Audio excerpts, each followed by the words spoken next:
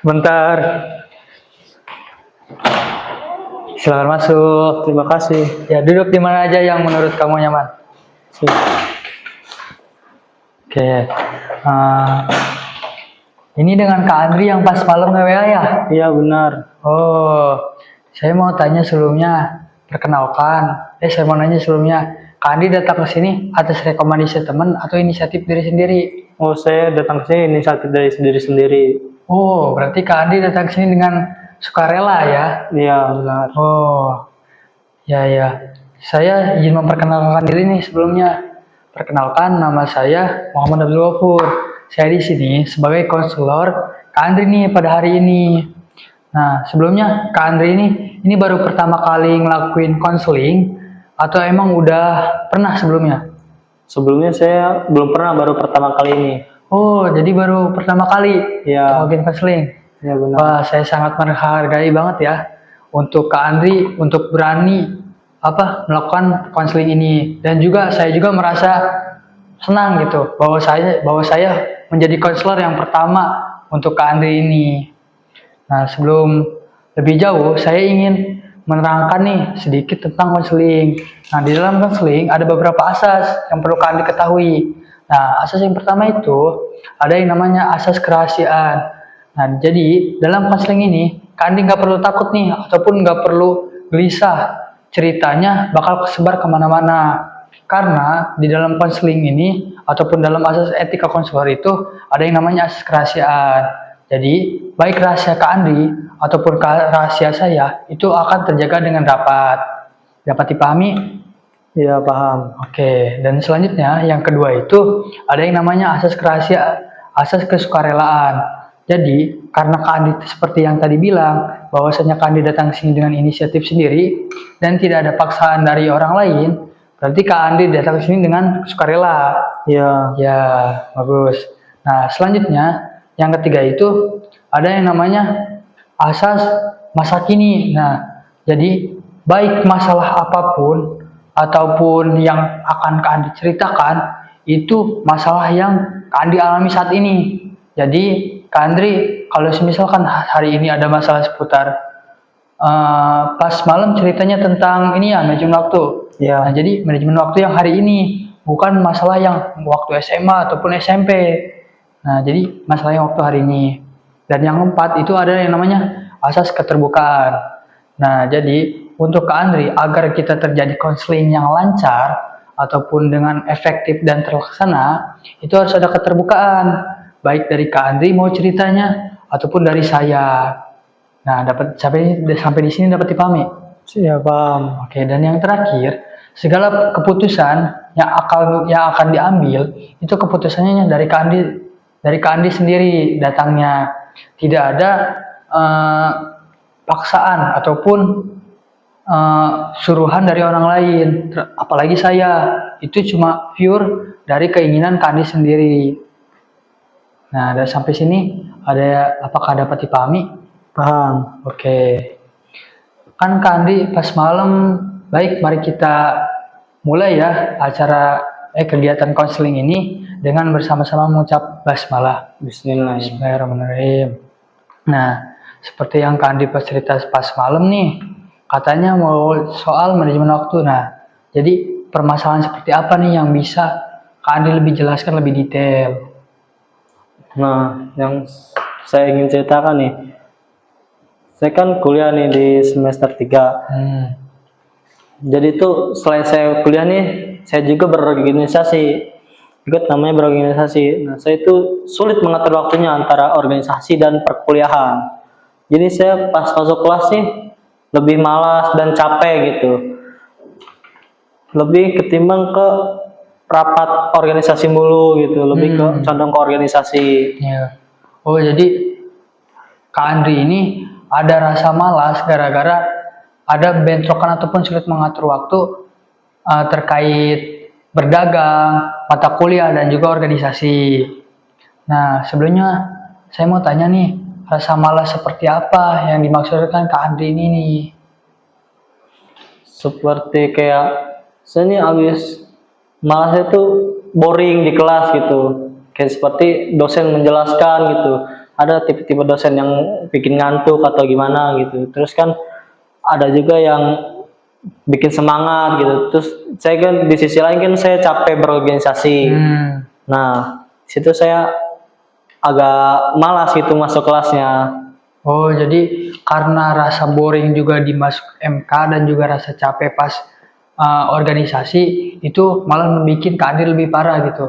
Iya. Oh, nah sebelumnya saya juga mau tanya nih, Kak Andri ini rasa malas ini muncul apa emang gara-gara awalnya masuk organisasi atau emang karena sebelum-sebelumnya juga sebelum masuk organisasi pas MK ini emang malas aja gitu? Sebelum masuk organisasi tuh saya rajin masuk kelas gitu. Rajin. Rajin. Jadi pas masuk organisasi ini mungkin banyak waktu saya yang tersita oleh organisasi, jadi saya capek dan saya tidak masuk kelas. Oh, Malas. tapi Kak Andri ini masuk organisasi ini udah mulai dari semester berapa? Saya masuk organisasi ini mulai dari semester 2 kemarin. Oh, dari semester 2 kemarin. Tapi yang dirasakan permasalahan ini muncul mulai mengacak-ngacak waktu yang Kak Andi ada ini pada saat semester berapa? Nah, pas saya masuk ke semester 3 ini. Awal-awal semester 3. Ya, mungkin karena banyak tugas kan saya, terus kayak ini dari organisasi juga kan rapat, terus tugas belum dikerjakan atau hafalan-hafalan gitu. Jadi yang membuat saya malas itu. Oh, tapi kenapa nih Kak Andri baru cerita sekarang, sedangkan yang Kak Andri rasakan itu sudah lumayan lama banget ya, pada saat awal-awal semester 3. Nah, kenapa Kak Andri baru cerita sekarang nih, pada saat untuk penghujung di semester 3 sekarang ini? Nah, karena saya tuh tipe orang yang tidak mau cerita ke siapa-siapa gitu, jadi lebih dipendam sendiri. Oh, lebih dipendam sendiri. Nah, untuk itu kan Kak Andri sekarang mengalami penurunan ya berarti ya? Iya. Ya, penurunan gara-gara ada organisasi yang membuat Kak Andri tertekan sehingga Kak Andri malas untuk berkuliah MK yang membuat juga jadi boring. Iya. Apakah seperti itu? Iya, betul. Oh, tapi saya apresiasi banget nih Kak Andri, mungkin bisa dibilang aktif banget dalam untuk mencoba hal baru. Salah satunya tadi berorganisasi. Saya sangat salut untuk Kak Andri itu bisa mencoba untuk melakukan organisasi itu. Nggak semua orang bisa mengikuti kegiatan yang namanya organisasi. Ya, yang bisa dibilang MK semester 3 hari ini mungkin bisa dibilang cukup padat ya.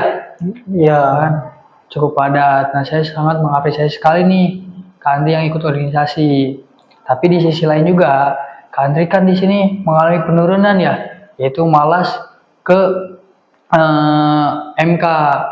Nah, apakah ada MK tertentu nih yang bikin Kak Andri benar-benar malas gitu? Atau emang secara keseluruhan MK? Mungkin ada beberapa MK yang membuat saya malas, ya karena dosennya itu menurut saya itu rese lah kalau dibilang, atau pelit nilai atau gimana gitu. Nah, itu yang membuat saya malas masuk kelas. Oh, contohnya bisa dibilang kayak rese seperti apa nih yang menurut Kak Andri sehingga membuat Kak Andri malas nih? Dia tuh rese itu kayak mempersulit mahasiswa gitu. Seperti dia datang cepat nih, nah tiba-tiba selang waktu langsung di absen gitu, atau tugas belum waktunya dikumpulkan sudah ditutup juga drive-nya atau Google Classroom-nya seperti itu. Jadi terlalu menekankan gitu ya, ataupun membatasi waktu gitu. Iya, betul. Oh, tapi sebelum-sebelumnya Kak Andri pernah melakukan sesuatu untuk berjalannya efektif gitu, supaya manajemen waktu yang Kak Andri lakukan ini biar lebih efektif atau mempersiapkan sebelum hari besoknya? Saya sebelum berorganisasi itu saya sudah menyiapkan inian rundown waktu-waktu untuk besok gitu. Jadi besok nih mata kuliah apa saya masuk. Nah, setelah organisasi ini nih, rundown saya, analisis saya tuh acak-acakan. Jadwal waktu saya tuh acak-acakan. Oh jadi setelah Kak Andri sebelum masuk organisasi Kak Andri menciptakan yang namanya rundown ataupun mind mapping ya untuk besok, tapi berhubung ada organisasi sehingga jadi berantakan. Ya, betul. Nah, mind mapping seperti apa sehingga yang mengakibatkan gitu bahwasanya pada saat masuk organisasi ini jadi acak-acakan. Karena apa nih? Salah satu faktornya. Oke, sepertinya nih, saya contoh besok nih, saya masuk kelas nih, tiba-tiba ada rapat dadakan. Nah, saya harus milih rapat itu atau masuk kelas. Nah, seperti itu. Jadi ada bentrok ya Iya. antara mata kuliah dan juga organisasi. Iya, betul. Nah, oke. Oh, jadi kan juga di satu sisi bingung, ingin melakukan MK juga penting, dan juga organisasi nambah pengalaman penting.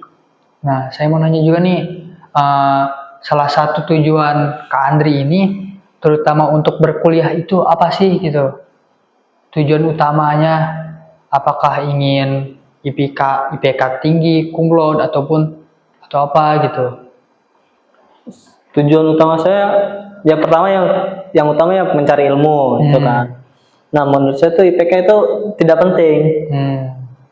Karena yang IPK di bawah kan nggak menjamin IPK tinggi itu bisa sukses gitu. Ya.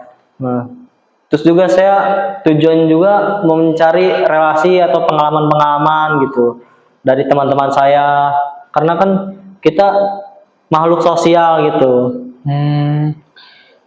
Tapi Kak Andri pernah memikirkan nggak, misalkan nilai Kak Andri turun sehingga mengakibatkan lulusnya tidak tepat waktu nih? Kan Kak Andri tadi bilang bahwasanya juga ingin lulus kan, terus juga IPK Kak Andri itu tidak penting, tapi kan faktanya salah satu ingin lulus tepat waktu itu Kak Andri harus IPK agar aman gitu. Nah, jadi mungkin yang ingin Kak Andri lakukan terkait itu prioritas organisasi dulu atau MK dulu? Mungkin dalam waktu semester 4 nanti mungkin saya tidak lanjut untuk berorganisasi. Jadi saya harus fokus nih ke mata kuliah dulu nih, ke kelas dulu. Mungkin itu. Jadi ingin memfokuskan ke mata kuliah nanti. Iya, betul. Nah, jadi kita kembali lagi nih ke yang permasalahan sekarang. Kan permasalahan sekarang lagi bentrok nih, MK dan juga organisasi. Nah, kan Kandi tadi udah nyoba buat rundown ataupun mind mapping, ternyata tidak berhasil. Mungkin Kandri itu buatnya itu bisa berupa hard file ataupun soft file. Iya, betul. Oh, berupa dua-duanya gitu. Iya. Tapi pas pembuatan kadang ada rapat dadakan terus. Iya, seperti itu.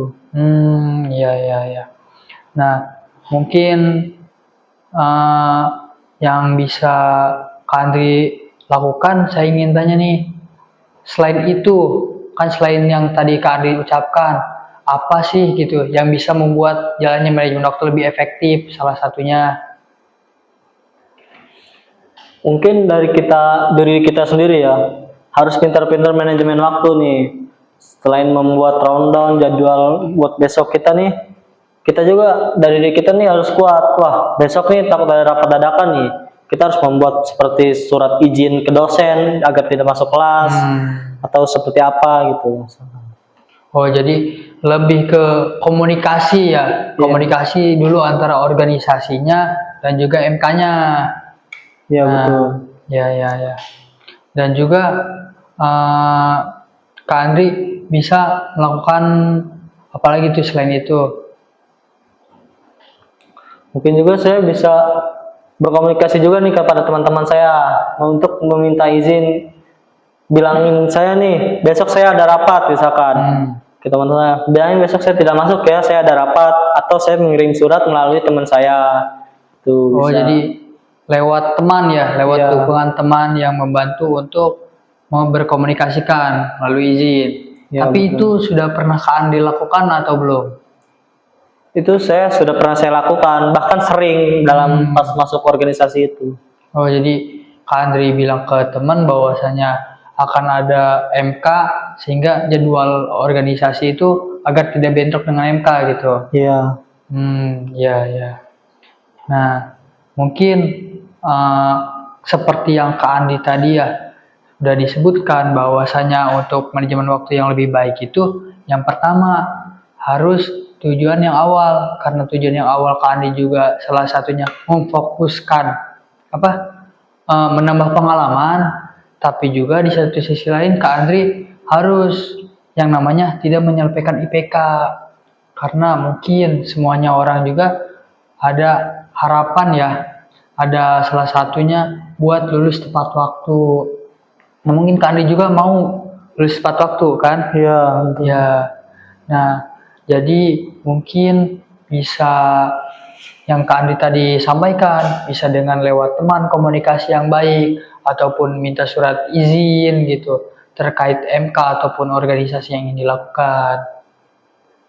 Nah, terus Iya. juga apalagi nih yang pernah Kak Andi lakukan untuk menyelesaikan masalah itu? Mungkin itu saja sih yang pernah saya lakukan, membuat seperti rundown, jadwal, dan surat izin untuk tidak masuk kelas. Ya, ya. Saya juga nih mau tanya nih, sebelumnya kan Kak Andri bilang ada rasa malas ya, gara-gara masuk MK, ataupun gara-gara organisasi sehingga malas masuk MK nih. Rasa malas ini adanya karena emang tekanan MK yang banyak, ataupun karena tekanan organisasi sehingga jadi malas? Yang membuat saya malas tuh, yang pertama tuh dari tekanan organisasi ini. Gitu. Jadi dia jadwalnya lebih padat daripada jadwal masuk kelas. Oh, mungkin bisa diceritakan lebih detail terkait padat seperti apa sehingga yang membuat Kak Andri kebingungan nih untuk mengatur waktunya. Padatnya itu seperti pagi kita rapat. Nah, menjelang siang kita baru eksekusi gitu. Ini yang tadi rapat tadi. Nah, setelah nyampe sore itu eksekusi kita, malamnya baru kita rapat lagi tuh evaluasi. Mungkin itu sih yang membuat saya padat itu waktu jadwalnya. Oh, jadi dalam organisasi itu Kak Andi merasa kebingungan ya untuk mengatur waktunya karena waktunya tidak fleksibel gitu ya. Iya, betul. Nah, mungkin apakah Kak Andi juga pernah komunikasi terkait dengan teman-teman organisasinya bahwasanya waktunya padat sehingga Kak Andri tidak bisa ataupun apa gitu? Itu pernah bilang? Iya, saya pernah bilang ke teman-teman saya gitu. Seperti ini organisasi ini nih emang bener padat ya gitu waktunya. Apa gimana sih? Gitu. Jadi karena padat itu, Pak Andri udah pernah nyoba komunikasi nih bahwasanya dalam organisasi ini waktunya padat banget ataupun tidak sesuai dengan MK Kak Andri ini. Iya, betul. Nah, kan Kak Andri nih tadi sudah menemukan salah satu solusinya yang sudah Kak Andri mungkin bisa diterapkan lagi. Yang pertama kan tadi kayak komunikasi dengan guru ataupun dengan teman, itu yang masih bisa Kak Andi terapkan. Nah, mungkin juga karena Kak Andri sekarang fokusnya untuk mencari pengalaman, jadi mungkin Kak Andri bisa lebih memfokuskan ke organisasi, tapi tidak lupa juga dengan rasa MK ini, untuk prioritas utama MK ini. Nah, terus kalau saya boleh ngasih saran, Iya. ya, kalau saya boleh ngasih saran, mungkin Kak Andri juga bisa yang namanya nerapin kayak prioritas utama ataupun fokus utama dulu nih, mau yang mana? Apakah Kak Andri sudah menerapkan? Saya sudah menerapkan tuh yang fokus utama itu mungkin nanti di semester 4 tadi. Seperti saya menerapkan nih, saya bakal berhenti berorganisasi ini di semester 4 nanti dan berfokus untuk lebih ke perkuliahan. Oh, ya, jadi pada saat nanti ya mungkin di semester 4 Kak Andi akan memprioritaskan ataupun memfokuskan yang namanya MK terlebih dahulu baru organisasi. Iya, betul. Nah, mungkin kita juga sudah ketemu nih beberapa solusi yang bisa kita simpulkan. Salah satunya tadi fokus utama, yang kedua berkomunikasi dengan teman terkait bahwasanya ada bentrok MK, dan juga terkait surat izin, mungkin bisa seperti itu. Nah, karena mungkin ini sudah solusinya sudah ada, dan juga kita sudah tahu nih, Kak Andi juga sudah tahu harus melakukan apa, dan juga saya sangat mengapresiasi nih bahwasanya Kak Andi tahu nih letak salahnya ataupun letak kekurangan yang ada dalam diri Kak Andi ini apa. Saya sangat mengapresiasi hal tersebut, karena gak semua orang loh bisa yang namanya tahu kesalahannya dia gitu. Saya sangat mengapresiasi sekali. Terima kasih. Ya, semoga dari jawaban-jawaban yang Kak Andi berikan tadi, solusi-solusi yang Kak Andi jelaskan tadi dapat diterapkan dalam kegiatan nanti selanjutnya untuk terkait manajemen waktu. Nah, saya juga karena sekarang sudah menghujung acara konseling ataupun kegiatan konseling, kita atau saya ingin menanyakan nih terkait apa sih yang Kak Andi dapatkan dalam sesi konseling ini? Dalam sesi konseling ini saya mendapatkan banyak ya. Seperti saya lebih leluasa untuk bercerita gitu dan tidak bocor ke mana-mana. Iya, ya. Jadi Kak Andri sekarang lebih percaya nih bahwasanya cerita ke seorang konselor ataupun melakukan konseling ini lebih leluasa gitu ya, lebih lepas lah gitu ya terkait masalah-masalah gitu. Dan saya ingin menanyakan juga nih, apa yang Kak Andri rasakan setelah melakukan konseling ini? Ya, yang saya rasakan itu cukup lega ya. Lega. Saya bercerita panjang lebar gitu. Yeah. Kan biasanya saya tidak pernah bercerita kan, saya tadi bilang orangnya saya lebih dipendam. Nah, di dalam konselor ini saya lebih banyak bercerita gitu. Dan tidak takut lagi untuk bocor lah gitu. Ya, saya sangat senang Kak Andri bisa merasa percaya kepada saya dan juga bisa lebih terbuka. Saya sangat mengapresiasi dan juga saya sangat berterima kasih kepada Kak Andri. Nah, mungkin karena kita mau penghujung acara, kita bisa melakukan nih solusi-solusi yang tadi Kak Andri ingin terapkan. Kita akan melakukan yang namanya kontrak, yaitu kontrak ini kita akan melakukan dua. Yang pertama kontrak perilaku, yang kedua kontrak terkait waktu. Nah, kontrak perilaku ini kita lakukan sebagaimana misalkan solusi yang Kak Andi tadi sampaikan, jika tidak efektif ataupun tidak Kak Andi laksana, ingin ada punishment apa gitu. Nah, dari Kak Andi ini, apakah misalkan dari beberapa yang tadi Kak Andi ingin lakukan, semisalkan tidak terlaksana, Kak Andri ingin mempertanggungjawabannya seperti apa? Mungkin kalau tidak terlaksana nih, ya saya mencari cara lain lagi gitu. Gimana caranya nih agar bisa terlaksana lagi nih, agar bisa rundown saya atau ini solusi saya nih bisa terjalankan lagi gitu seperti biasa. Oke, mungkin Kak Andri bisa melakukan kayak foto saja ya ke saya terkait misalkan rundownnya seperti apa. Jika misalkan di dalam rundownnya ataupun di dalam mind mappingnya dirasa kurang efektif, kita bisa melakukan evaluasi bersama. Nah, terus juga itu kan untuk kontrak perilaku ya. Nah, dan mungkin kita sekarang ke kontrak waktu. Nah, Kak Andri, kita mungkin akan melakukan konseling kedua, ataupun misalkan ingin melakukan konseling selanjutnya jika dirasa yang dilakukan sebelum-sebelumnya, solusi-solusi yang didapatkan sebelumnya itu tidak efektif. Kita akan melakukan konseling selanjutnya terkait hal tersebut. Mungkin Kak Andri bisa melakukan di waktu kapan? Mungkin bisa berjalan sebulan atau 2 bulan ke depan. Saya ingin melihat nih ini saya bisa berjalan dengan baik atau tidak dulu. Oke, jadi kita bisa lihat nih perkembangan terkait manajemen waktu Kak Andri dari sebulan sekarang ya. Dari waktu sebelum sekarang apakah ada perkembangan atau tidak. Nah, karena sekarang kita sudah berada di penghujung kegiatan, kita marilah bersama-sama mengucap saya saya pribadi juga mengucapkan terima kasih Kak Andri mau konseling ke saya dan juga saya mau bersedia bahwa saya menjadi seorang konselornya gitu. Saya ucapkan terima kasih kepada Kak Andri. Iya.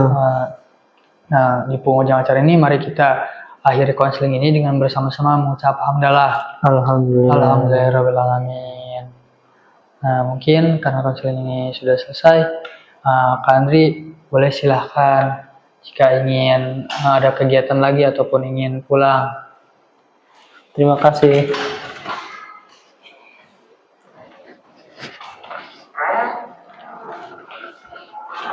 Oke.